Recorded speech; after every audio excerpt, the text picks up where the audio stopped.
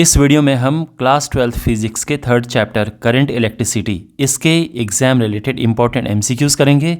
बाकी चैप्टर्स के एमसीक्यूज़ के लिए डिस्क्रिप्शन बॉक्स में प्लेलिस्ट चेक करें। So let's start. First question है, which of the following has negative temperature coefficient of resistivity. देखो, टेम्परेचर कोफिशिएंट ऑफ रेजिस्टिविटी जब नेगेटिव होती है यानी टेम्परेचर जब इंक्रीज हो रहा है तो रेजिस्टेंस उसका डिक्रीज हो रहा है। और ऐसा किस केस में होता है? ऐसा सेमीकंडक्टर्स के केस में होता है, क्योंकि अगर हम मेटल की भी बात करें तो इसमें टेम्परेचर इंक्रीज होने के साथ में रेजिस्टेंस इंक्रीज होता है, तो इसका temperature coefficient of resistivity positive है। लेकिन सेमीकंडक्टर में क्या होता है, टेम्परेचर इंक्रीज होने के साथ में number of electrons and holes इसके इंक्रीज होते हैं, जिससे कंडक्टिविटी इंक्रीज होती है और रेजिस्टेंस इसका डिक्रीज होता है। तो option C is correct. Question number 2 है, a potential difference of 200 volt is maintained across a conductor of resistance 100 ohm. The number of electrons passing through it in 1 second is. Okay, तो देखो, इस given information से हम current आराम से find कर सकते हैं। हमारे पास V गिवन है और R गिवन है, तो यहाँ से करंट आराम से हम फाइंड कर सकते हैं। 200 वोल्ट अपॉन 100 ओम, तो बेसिकली 2 एम्पियर करंट हो गई है। अच्छा, चार्ज होता है IT, है ना। I mean, इस फॉर्मूले से आप अवेयर होंगे कि current equals to charge upon time, तो Q इक्वल्स टू IT हो गया है। अब साथ ही जो Q है ये होता है N into E, number of electrons times charge of 1 electron. तो यहाँ से हम नंबर ऑफ इलेक्ट्रॉन्स आराम से फाइंड कर सकते हैं। इस तरह से वैल्यूज पुट करते हैं। I है 2 एम्पियर, अभी हमने कैलकुलेट किया इसे, टाइम 1 सेकेंड, और जो E है एलिमेंट्री चार्ज या फिर चार्ज ऑफ 1 इलेक्ट्रॉन कह सकते हैं, that is 1.6 times 10 power minus 19। Divide करेंगे 2 अपॉन दिस, तो ये हो जाएगा 1.25 into 10 raise to the power 19। Option A correct है। ओके, क्वेश्चन नंबर 3 है, if N, E, tau and M have their usual meanings. तो हमें रेजिस्टेंस का फॉर्मूला बताना है कि रेजिस्टेंस क्या होता है। देखो, इसका आंसर वैसे बी है, और इसलिए भी इसका आंसर बी है बिकॉज इसकी एक डेरिवेशन है ओम्स लॉ को प्रूव करना, तो उसमें ये डिराइव होता है इवेंचुअली, और उसमें ऊपर ML होता है। हालांकि ये फॉर्मूला काफ़ी बड़ा है याद करने के लिए, आई अंडरस्टैंड, बट ये इसके ऊपर ML होता है। और ये बाकी अगर आप if you are interested to know कि ये कैसे आया है, तो छोटा सा आपको 1-2 फॉर्मूले आपको याद रखने हैं। एक है कि जो करंट होता है that is NEAVD। VD is drift velocity. जो ड्रिफ्ट वेलोसिटी होती है दैट इज़ एक्सेलरेशन टाइम्स टॉ, और जो एक्सेलरेशन होता है वो फोर्स अपॉन मास होता है। फोर्स एक इलेक्ट्रॉन पे होता है E इंटू E, ये E इलेक्ट्रिक फील्ड है, और इलेक्ट्रिक फील्ड होता है V अपॉन L, तो L मैं नीचे लिख रहा हूँ, तो ये VD है। अब हम यहाँ पे अगर इसे रखें तो I हो जाएगा NEA टाइम्स VD जो है वो EV, टॉ भी ऊपर आ गया और नीचे है M इंटू L। अब आप जानते हैं कि रेजिस्टेंस होता है V अपॉन I, तो I नीचे लेके चले जाओ, बाकियों को ऊपर लेके चले जाओ, तो ML ये हो गया, और N E 2 बार है तो E स्क्वायर हो गया, और A आ गया, और साथ में टॉ भी आ गया, तो हमारा ऑप्शन बी करेक्ट है। तो ऑफ कोर्स अगर आप ये चैप्टर आपने पढ़ा होगा तो आप इस फॉर्मूले से तो अवेयर होंगे ही, और साथ में ये जो 1-2 छोटी छोटी चीज़ें हैं कि ड्रिफ्ट वेलोसिटी क्या होती है और ये सब। ऑलराइट, क्वेश्चन नंबर 4 है, किर्चॉफ्स फर्स्ट रूल। ये आप जानते हैं किर्चॉफ का फर्स्ट रूल ये है और सेकंड रूल ये है। तो ये बेसिकली किस पे बेस्ड है? वेल, जो फर्स्ट रूल है वो कंजर्वेशन ऑफ चार्ज पे बेस्ड है, क्योंकि किसी पॉइंट पे जितना चार्ज आता है उतना ही चार्ज वहाँ से जाता है, ये है बेसिकली। तो यानी कंजर्वेशन ऑफ चार्ज पहला। दूसरा जो है वो कंजर्वेशन ऑफ एनर्जी पे बेस्ड है, तो पहला चार्ज दूसरा एनर्जी, यहाँ पे ऑप्शन डी करेक्ट है। ठीक है, अगेन ध्यान रखना, किर्चॉफ का जो फर्स्ट रूल है, जो हम किर्चॉफ्स करंट लॉ भी कहते हैं KCL, ये कंजर्वेशन ऑफ चार्ज पे बेस्ड है, और जो किरचॉफ का वोल्टेज लॉ है KVL, ये कंजर्वेशन ऑफ एनर्जी पे बेस्ड है। क्वेश्चन नंबर 5 है, एक डीसी सर्किट में जो डायरेक्शन ऑफ करंट होती है बैटरी के अंदर, inside the battery and outside the battery, क्या होती है? देखो, ये पॉजिटिव टर्मिनल, नेगेटिव टर्मिनल, ये बैटरी है और इस तरह से ये एक सर्किट है।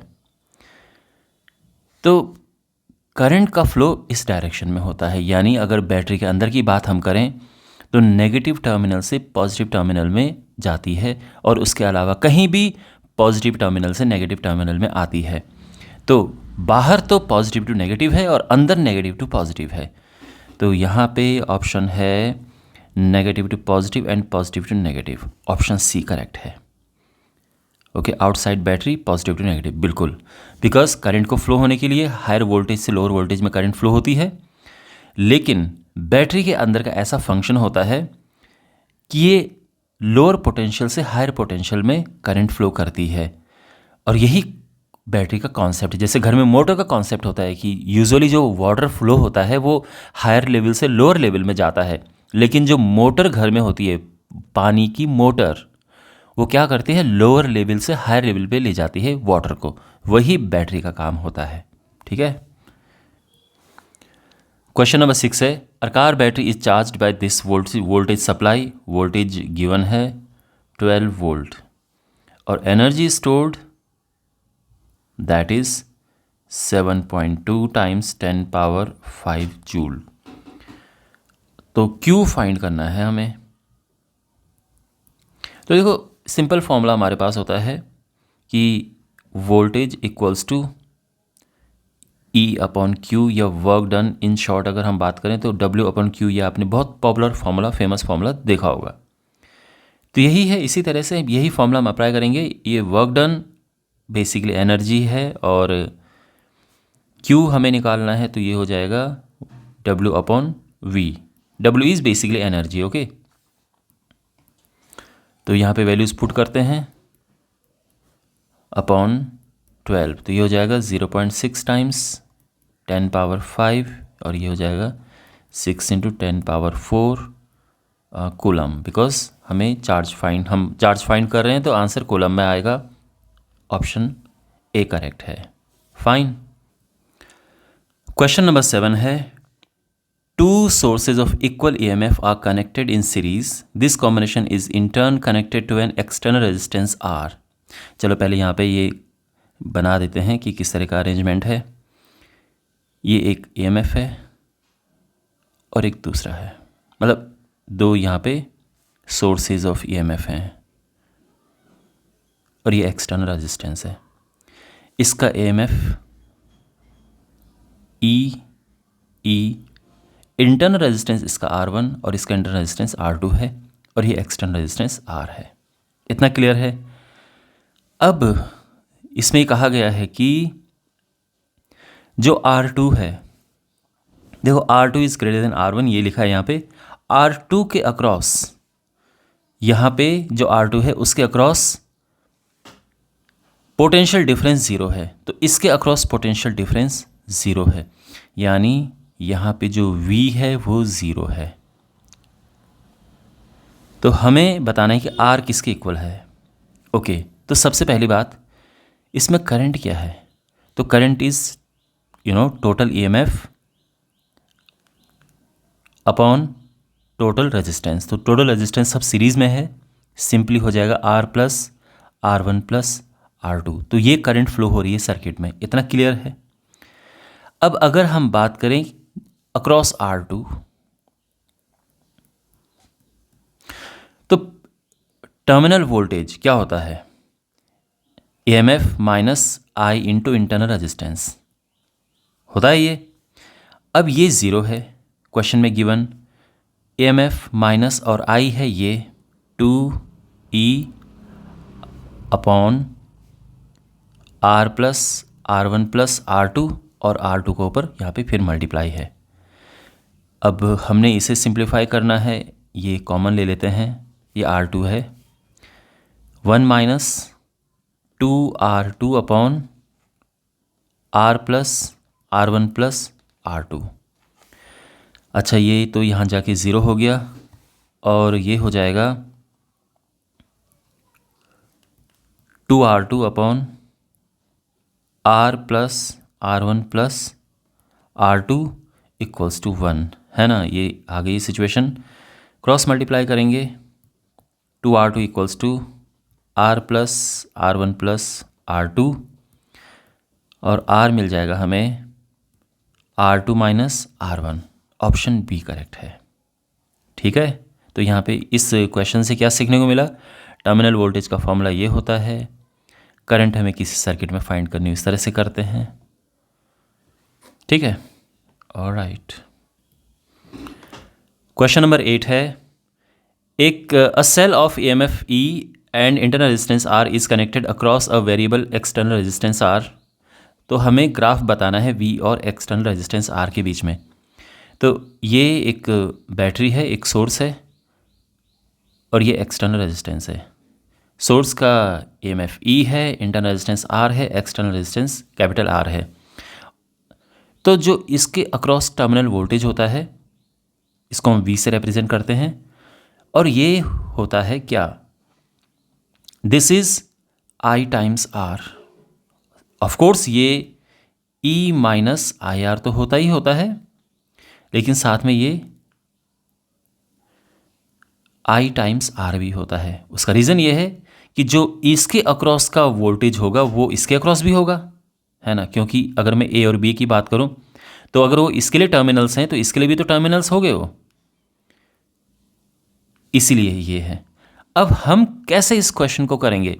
तो हमें एक फॉर्मूला चाहिए जिसमें I ना हो, क्योंकि देखो यहाँ पे R चेंज हो रहा है, क्योंकि रिलेशन ही V और R के बीच में हमें बताना है। तो R चेंज हो रहा है, लेकिन हम I के साथ नहीं ले सकते। हम ये नहीं कह सकते कि भाई V इक्वल्स टू IR है तो V directly proportional to R हो गया। नो, हम नहीं कह सकते हैं। इसका रीज़न ये कि I भी तो चेंज होगा, जैसे R चेंज होगा तो I में भी उससे फ़र्क पड़ेगा। तो ये नाम हम नहीं कह सकते हैं। यानी हमें एक ऐसा फॉर्मूला बनाना है जिसमें V के साथ केवल और केवल R चेंज हो रहा हो, बाकी चेंज नहीं हो रहे हों। बाकी क्या चेंज नहीं होते हैं? EMF वो फिक्स रहता है और R इंटरनल रेजिस्टेंस वो भी फिक्स रहता है। तो हमें एक रिलेशन बनाना है, एक रिलेशन स्टैब्लिश करना है V, EMF, इंटरनल रेजिस्टेंस और एक्सटर्नल रेजिस्टेंस, इसके बीच में I यहाँ पर हम नहीं रखेंगे, क्योंकि V के साथ में केवल एक और वेरिएबल रहेगा और because relation between V and R हम देख रहे हैं तो हमें यहाँ पे I नहीं चाहिए। अब इसके लिए क्या करेंगे? तो करते हैं वैल्यूज सब्स्टिट्यूट। ये अगर हम देखें V equals to E minus, यहाँ पे I की जगह पे हम लिख देते हैं V अपॉन R। ये हो गया, I को रिप्लेस कर दिया हमने। और इसके बाद जो है ये अगर इस तरफ आएगा तो V इधर आ जाएगा 1 plus R upon R equals to E। V equals to E upon 1 plus R upon R। अब पहली बात तो ये है कि अगर R ज़ीरो है तो V भी ज़ीरो होगा, वो हम यहाँ से आराम से देख सकते हैं। R अगर ज़ीरो है तो V ज़ीरो होगा। तो उस हिसाब से ये और ये तो रूल आउट हो गए हैं, क्योंकि इन दोनों केस में ऐसा नहीं है। B और D में से ही एक ऑप्शन करेक्ट होगा। अब देखो यहाँ पे सिचुएशन, अगर हम R को इंक्रीज़ करते हैं तो R को अगर हम बढ़ाते हैं तो क्या होगा उससे? ये चीज़ बहुत स्मॉल हो जाएगी, है ना भाई। अगर कैपिटल R इंक्रीज़ होगा तो ये चीज़ स्मॉल होगी, बहुत स्मॉल होगी। कितनी स्मॉल होगी? ज़ीरो होगी। ज़ीरो से कम तो हो नहीं सकता, ये ज़ीरो होगी। यानी अगर R को मैं बहुत ज़्यादा इंक्रीज़ कर दूँ तो उससे क्या होगा कि ये चीज़ ज़ीरो हो जाएगी, डिनोमिनेटर ज़ीरो हो जाए, डिनोमिनेटर 1 हो जाएगा और V approximately equal to E आ जाएगा। तो और वैसे भी अगर आप देखें तो V E से बड़ा नहीं हो सकता है भाई। सोर्स सप्लाई हमारे पास क्या है? सोर्स वो जो EMF है, सेल का EMF, दैट इज़ E। तो टर्मिनल वोल्टेज E से तो बड़ा नहीं हो सकता ना, उससे कम ही रहेगा। इसीलिए ऑप्शन बी करेक्ट है, क्योंकि यहाँ पे तो ये इस तरह से दिखा रहा है कि भाई अगर हम R को बढ़ाते रहेंगे तो V बढ़ता रहेगा, बट ऐसा नहीं है ना। v कितना बढ़ेगा, E से तो ज़्यादा नहीं हो सकता, तो इसीलिए option B is correct. Question number 9 है, the electric power consumed by a 220 volt 100 watt bulb पे ये लिखा है, ये रेटिंग दी है जब 110 वोल्ट पे ऑपरेट करते हैं। यानी एक बल्ब है और उस बल्ब पे ये रेटिंग लिखी है कि ये बल्ब है, इस पे लिखा है 220 वोल्ट 100 वाट, लेकिन हम ऑपरेट किस पे कर रहे हैं, 110 वोल्ट पे ऑपरेट कर रहे हैं, तो डेफिनेटली 100 वाट तो ये पावर कंज्यूम नहीं करेगा। तो कितना करेगा, उसके लिए क्या करें, तो सबसे पहले इसका रेजिस्टेंस फाइंड करो। रेजिस्टेंस क्या होता है, देखो ये तो आप फॉर्मूला जानते होंगे कि पावर होता है V इंटू आई, आई होता है V अपॉन आर, तो इस वजह से पावर का formula V square upon R हो जाएगा, और R क्या होगा, P नीचे जाएगा, तो it is V square upon P। ये रेजिस्टेंस है इसका, इस बल्ब का। और यहाँ से हम यहाँ पे वैल्यूज पुट करेंगे, तो इसका स्क्वायर अपॉन पावर इज़ 100, ये हो गया है, ये रेजिस्टेंस आ चुका है। ठीक है, कैलकुलेट हम अभी बाद में कर लेंगे। अब इसे ऑपरेट किया जाता है 110 वोल्ट पे, तो हमें पावर कंज्यूम्ड बताना है, तो पावर इज अगेन क्या, V square upon R. V क्या है, 110 जिस पे ये ऑपरेट होता है, और रेजिस्टेंस क्या है बल्ब का, दैट इज़ 220 स्क्वायर अपॉन 100। 100 को मैं ऊपर लेके चले जाता हूँ, तो इसे हम सिंप्लीफाई करेंगे, तो ये हो जाएगा 110 into 110 into 100 upon 220 into 220, 2 2 4 25 watt. Option A is correct. तो इस तरह से निकालेंगे, ध्यान रखना पहले रेजिस्टेंस हम निकालेंगे। तो आप ये समझ लो कि जो बल्ब पे लिखा होता है ये हमें रेजिस्टेंस निकालने के लिए लिखा होता है। आप इस तरह से समझ के इस क्वेश्चन को कर सकते हैं। एक बार रेजिस्टेंस आ गया, फिर उसके बाद किस सप्लाई पे ये ऑपरेट हो रहा है, 110 वोल्टेज की सप्लाई पे ऑपरेट हो रहा है, तो फिर हम पावर कंज्यूम्ड आराम से फाइंड कर सकते हैं।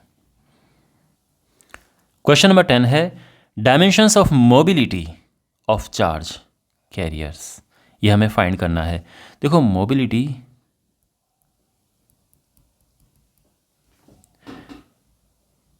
सिंबल इसका ये है, मोबिलिटी का फॉर्मूला होता है drift velocity upon electric field, drift velocity upon electric field. अब वेलोसिटी का डायमेंशन तो हमें पता होता है, इलेक्ट्रिक फील्ड का डायमेंशन थोड़ा निकालना पड़ेगा। तो इलेक्ट्रिक फील्ड के डायमेंशन के लिए हम क्या करेंगे, इलेक्ट्रिक फील्ड होता है voltage upon V upon L, आपने सुना होगा, या V अपॉन D। अच्छा, V इज़ वोल्टेज, और इसका भी डायमेंशन मुश्किल होता है फाइंड करना, तो ये है वर्क अपॉन एनर्जी अपॉन या work upon charge upon L। Work upon, अब Q नीचे आएगा, और L, Q होता है IT, IT आपने सुना होगा, Q इक्वल्स टू IT, तो I इंटू T और L ये है। अब यहाँ पर क्या सिचुएशन है कि ये सब जो यहाँ पे लिखे हैं, जैसे एनर्जी है, करंट को फिलहाल अगर हम हटा दें तो टाइम, लेंथ, ये सब जो मैकेनिक्स में यूज़ होते हैं, है ना, मोशन वगैरह में यूज़ होते हैं, वो टर्म्स हैं, और इनकी हमें पता होती है डायमेंशन। तो अब हम डायमेंशंस फाइंड करेंगे। तो अगर हमें एक काम करते हैं, इसको यहाँ पुट कर देते हैं, तो VD ये है अपॉन W, और ये ऊपर लेके चले जाते हैं ITL, और अब पुट करते हैं वैल्यूज़। इसकी ड्रिफ्ट वेलोसिटी तो LT-1,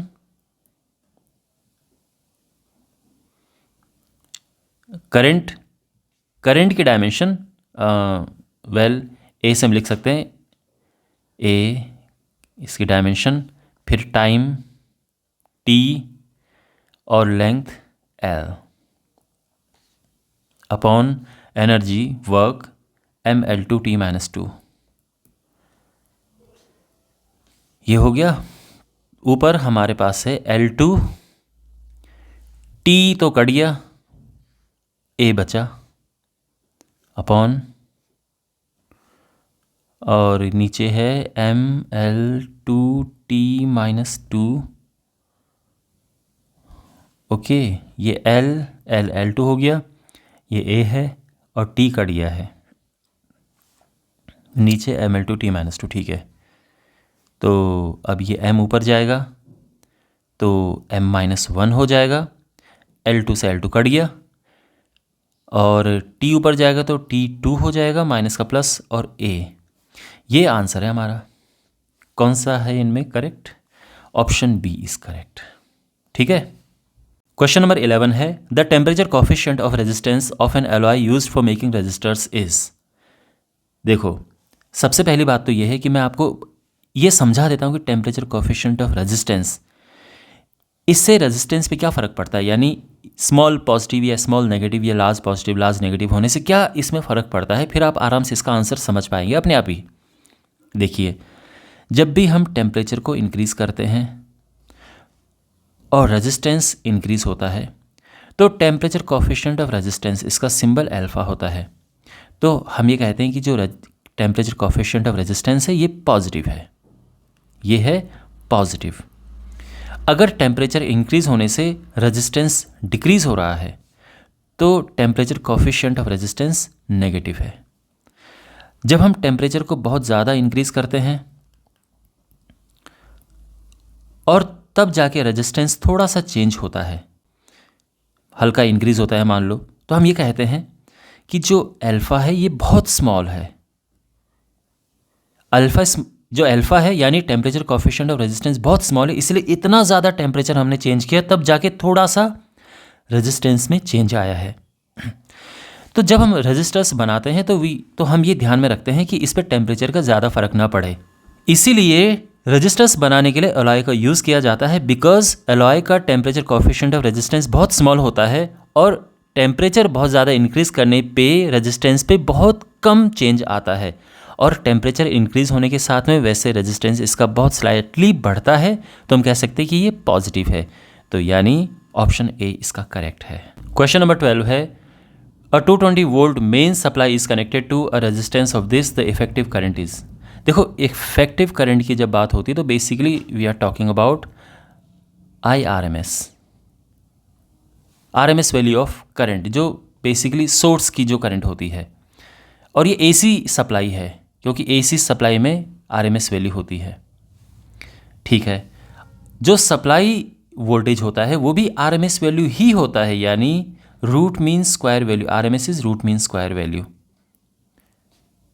तो हमारे पास root mean square value of voltage given है, रेजिस्टेंस गिवन है, और हमें आईआरएमएस फाइंड करना है। तो सिंपल है, बेसिकली ये सीधा ही क्वेश्चन है, बस थोड़ा सा इफेक्टिव करंट और ये लिख के उन्होंने क्वेश्चन को थोड़ा सा स्केरी बना दिया है, अदरवाइज कुछ नहीं है ये। तो आप जानते हैं V equals to I R, I हमें निकालना है V अपॉन आर, बल्कि डायरेक्ट भी ये फॉर्मूला आपको पता ही होगा। और यहाँ पे अगर हम करेक्ट वे में लिखें तो I R M S equals to V R M S upon resistance. तो ये है 220 वोल्ट अपॉन 100 किलो यानी 10 पावर 3 ओम। तो ये हो जाएगा 2.2 into 10 power -3 ampere, 2.2 milli ampere. Option A is correct. Question number 13 है in the electric circuit shown each cell has EMF 2 volt and internal resistance 1 ohm, external resistance 2 ohm given है, current find करना है। Current होता है total EMF, तो यहाँ पे तीनों सेम ही डायरेक्शन में है तो तीनों को प्लस कर देंगे हम, है ना। देखो, तीनों EMF की डायरेक्शन सेम है, अगर किसी की डायरेक्शन दूसरी तरफ होती तो हम उसे माइनस कर देते। तो total EMF 6 volt upon total resistance. अब बिकॉज ये सब सीरीज़ में है पूरा ही कॉम्बिनेशन, तो सब प्लस हो जाएंगे। तो 1 इंटरनल रेजिस्टेंस इसका है 1 ओम 1 ओम 1 ओम और 2 ओम, ये है, तो टोटली 5 ओम हो चुका है, और ये हो जाएगा 1.2 ampere. Option D is correct. Question number 14 है 2 batteries of EMF 2 and 1 volt of internal resistance this connected in parallel, 2 batteries हैं,